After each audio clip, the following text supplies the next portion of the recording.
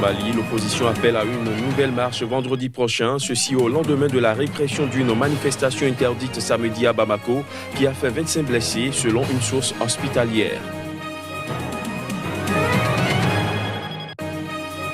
En Côte d'Ivoire, la coalition de l'opposition Ensemble pour la démocratie et la souveraineté a estimé que l'idée d'un troisième mandat du président Alassane Ouattara est anticonstitutionnelle, inacceptable et irréalisable.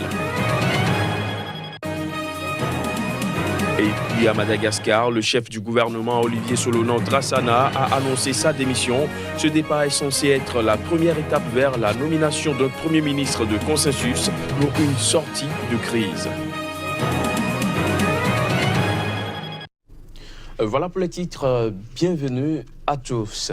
Au Mali, l'opposition appelle à une nouvelle marche vendredi prochain. Cet appel intervient au lendemain de la répression d'une manifestation interdite qu'elle a lancée à Bamako samedi dernier et qui a fait 25 blessés selon une source hospitalière. Le gouvernement malien a pour sa part jugé mensongères et calomnieuses les affirmations de l'opposition qui lui a reproché d'avoir fait usage de balles réelles lors des manifestations. Voici les images. L'opposition malienne ne décolère pas après la répression d'une manifestation interdite qu'elle a lancée à Bamako ce samedi et qui a fait 25 blessés, selon une source hospitalière. Elle manifestera à nouveau le 8 juin prochain pour réclamer des élections transparentes et un accès équitable à l'ORTM, la radio-télévision publique. L'annonce a été faite lors d'une conférence de presse aux allures de meeting dimanche à Bamako. Des candidats à l'élection présidentielle, des parlementaires, des maires avec l'écharpe de la République ont été frappés, molestés, frappés à coups de gourdin, molestés, gazés. Nous les obligerons à respecter nos droits fondamentaux reconnus et protégés par la Constitution. Nous ne les laisserons pas faire. C'est tout le sens de l'appel à la grande manifestation du vendredi 8 juin 2018. Soumaïla Cissé, le chef de file de l'opposition, a dénoncé une atteinte intolérable aux libertés fondamentales, arguant que l'opposition avait déjà organisé de grandes manifestations en dépit de l'état d'urgence, argument avancé par les autorités pour interdire les rassemblements de ce samedi. Le candidat déclaré à l'élection présidentielle du 29 juillet prochain a appelé à l'instauration d'un dialogue pour éviter absolument une crise électorale. Nous avons connu mars 91. Ça a commencé comme ça. On sait comment ça finit. Et s'il continue, ça va finir comme ça. Il faut les mettre en garde parce que certains ont été des acteurs. Donc ils savent quel est le chemin de l'histoire. Il faut faire très attention. Depuis mars 91, on n'a pas connu une répression comme celle-ci. À travers un communiqué, le gouvernement malien a jugé dimanche mensongères et calomnieuses les affirmations de l'opposition qui lui reproche d'avoir fait usage de balles réelles lors des manifestations de ce samedi à Bamako. En Côte d'Ivoire, une coalition de l'opposition ivoirienne a affirmé dimanche à Abidjan que l'idée d'un troisième mandat du président ivoirien Alassane Ouattara, dont le deuxième s'achève en 2020, est anticonstitutionnelle, inacceptable et irréalisable. Plus que toute autre chose, cette coalition y voit une provocation de la part du chef de l'État. Les détails. La déclaration du président Alassane Ouattara qui n'exclut pas la possibilité de briguer un troisième mandat n'est que pure provocation contre le peuple ivoirien. Il s'agit là d'une réaction de Ensemble pour la démocratie et la souveraineté de Georges Amand-Ouénié. Dans un communiqué, cette coalition de l'opposition a estimé que l'idée d'un troisième mandat est anticonstitutionnelle, inacceptable et irréalisable en Côte d'Ivoire. EDS est une coalition qui regroupe des partis politiques, des associations de la société civile et le Front populaire ivoirien FPI, le parti de l'ex-président Laurent Gbagbo. La plateforme, qui a été particulièrement active lors des protestations contre le nouveau Sénat, dont l'élection a eu lieu en mars dernier, croit que le président Alassane Alassane Ouattara devrait plutôt se résoudre dès maintenant à la mise en place d'une commission électorale consensuelle pour des élections libres, justes et transparentes qui doivent être le gage d'une alternance démocratique et pacifique en Côte d'Ivoire. Après avoir longtemps écarté la possibilité d'un troisième mandat, le président Alassane Ouattara estime désormais que le changement de constitution de 2016, dont il est artisan, a remis tous les compteurs à zéro et que ses mandats en 2010 et 2015 ne comptent pas. À Madagascar, le chef du gouvernement Olivier Solonan Drassana a annoncé ce lundi sa démission. Ce départ du Premier ministre malgache est censé être la première étape vers la nomination à la demande de la Haute Cour constitutionnelle d'un Premier ministre de consensus pour sortir le pays de la crise politique qui dure depuis la fin du mois d'avril dernier. J'accepte sans condition l'avis de la Haute Cour constitutionnelle, prouvant ainsi mon sens du patriotisme. Je voudrais prouver ma bonne foi et apporter la pierre à l'édifice dans le règlement de la crise actuelle. Ainsi, j'accepte volontiers et avec joie de démissionner afin de permettre au président de la République de choisir librement un Premier ministre de consensus. En tout cas, je n'ai rien à regretter aujourd'hui et je peux partir la tête haute. Je vais partir de ce lieu, de ce palais magnifique.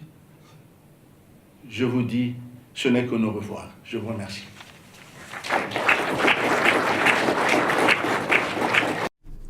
Le président de la commission de la CEDEAO s'est prononcé ce week-end sur la situation au Togo et a apporté des pièces nouvelles, facilitateur dans la crise qui secoue ce pays d'Afrique de l'Ouest depuis 9 mois.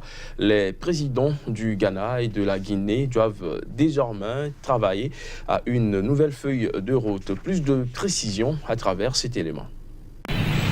Déjà, 9 mois se sont écoulés. Et le Togo n'a toujours pas tourné la page de la crise qui l'agite depuis le temps d'une grossesse. Depuis les dernières assises qui datent de mars 2018, c'est le statu quo. À présent, la CEDEAO relance le débat. Les médiateurs de la crise, que sont les présidents du Ghana et de la Guinée, œuvreront à établir une nouvelle feuille de route. Cette dernière servira de base aux prochaines négociations entre le pouvoir et l'opposition. En effet, des délégations de la Commission de la Communauté économique des États de l'Afrique de l'Ouest et des présidents Nana Akufo-Addo et Alpha Condé ont échangé samedi à Lomé. La rencontre s'est tenue avec la coalition de l'opposition et le parti au pouvoir. L'objectif est de préparer les prochaines rencontres. La CEDEAO dit avoir noté l'engagement des deux partis à travailler et à poursuivre le dialogue en vue d'arriver à un accord. Ceci survient après 2 mois de suspension du dialogue. Les échanges se sont déroulés à huis clos dans un grand hôtel de Lomé. Les délégations de l'opposition et du pouvoir ont été reçues séparément. Les pourparlers achoppent sur la question du retour à la Constitution de 1992, autrement dit, autour de la candidature de Faure Gnassingbé en 2020. La coalition de l'opposition a plusieurs fois martelé qu'elle n'accepterait jamais que Faure Gnassingbé se représente pour un 4e mandat à la présidentielle. Au Burkina Faso, les écologistes disent non à l'introduction des OGM dans le pays. Plus d'1 millier de personnes ont manifesté ce week-end à Ouagadougou. Ils défendent une agriculture saine et indépendante. Les images. Ils étaient des dizaines de centaines d'écologistes à prendre d'assaut les rues de la capitale burkinabé. En majorité vêtus de rouge et noir, les manifestants ont scandé qu'ils ne voulaient pas d'OGM et demandé que Monsanto s'en aille. Sur certaines banderoles se laissait lire « Stop à toutes ces manipulations génétiques et criminelles. Monsanto, Malaria Target et Bill Gates hors de l'Afrique ». C'était aussi l'occasion pour des dizaines de femmes d'exhiber des paniers de fruits et légumes bio pour soutenir une agriculture saine et indépendante. Nous sommes tous concernés, tous citoyens burkinabés, parce que ça rentre dans l'alimentaire maintenant. Ce n'est plus la question du coton, le commercial, ce n'est plus l'économie. Maintenant, on rentre dans l'alimentation même des Burkinabés à travers le niébé pété que nous consommons énormément au Burkina. Et au-delà de ça, on parle même des moustiques OGM. Donc ça, c'est tout habitant. Même si on n'est pas burkinabé, on habite au Burkina, on sera concerné par la question des moustiques génétiquement modifiés. Nous avons démontré avec des preuves à l'appui que les moustiques génétiquement modifiés va gréver la santé des Burkinabés parce qu'avec le forçage génétique qui va engendrer une modification du génome, l'organisme du moustique qui héberge le palu pourrait héberger des maladies comme l'Ebola, Sida et bien d'autres dont nous n'avons pas de réponse en amont. Nous avons démontré à l'intérieur le vide écologique que cela va créer.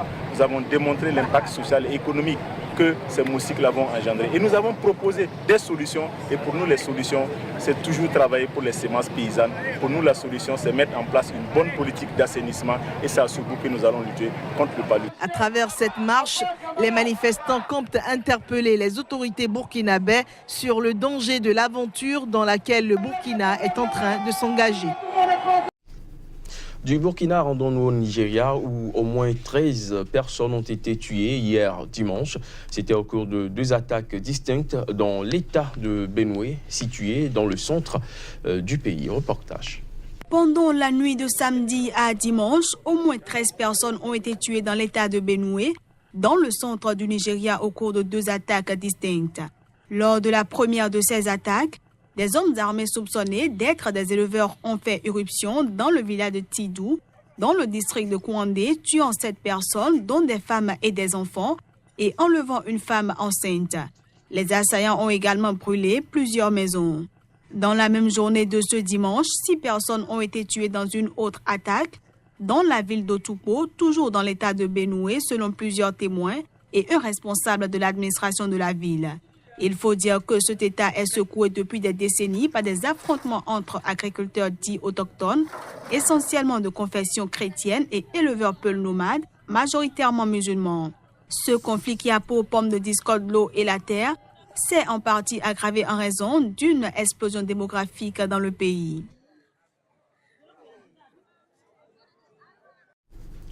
Un survivant tunisien raconte le naufrage au large de la Tunisie d'une embarcation qui transportait des migrants. Dans un bilan encore provisoire, le ministre tunisien de la Défense a indiqué que 47 corps ont été repêchés au large des côtes du gouvernorat de Sfax, dans le sud du pays. Il faut dire que 68 migrants ont pu être secourus. Voici les images. Plus d'une 50aine de migrants sont morts depuis ce samedi soir au large de la Tunisie et de la Turquie en tentant de rejoindre l'Europe. Selon un survivant, le bateau qui faisait environ 9 mètres de long et ne pouvait contenir plus de 70 personnes a coulé à cause d'une infiltration d'eau à l'intérieur. Le bateau avait une capacité de 75 à 90 personnes maximum, mais on était entre 180 et 190 à bord. On pouvait toucher l'eau avec nos mains et de l'eau rentrait dans le bateau. Je ne savais pas jusqu'où l'eau arriverait dans le bateau. De l'eau rentrait dans le bateau. Ceux qui ont pu s'enfuir se sont enfuis. D'autres se sont noyés. On est resté là jusqu'à 5 heures du matin. Puis des pêcheurs sont venus pour nous aider et ensuite l'armée est arrivée.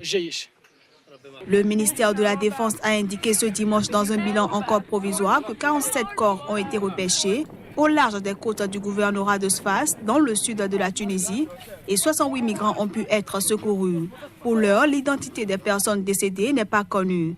Toujours selon le ministère, les gardes-côtes et la marine poursuivent leurs recherches avec le soutien d'un avion militaire. Ce sera tout pour ce journal. Merci de nous avoir suivis.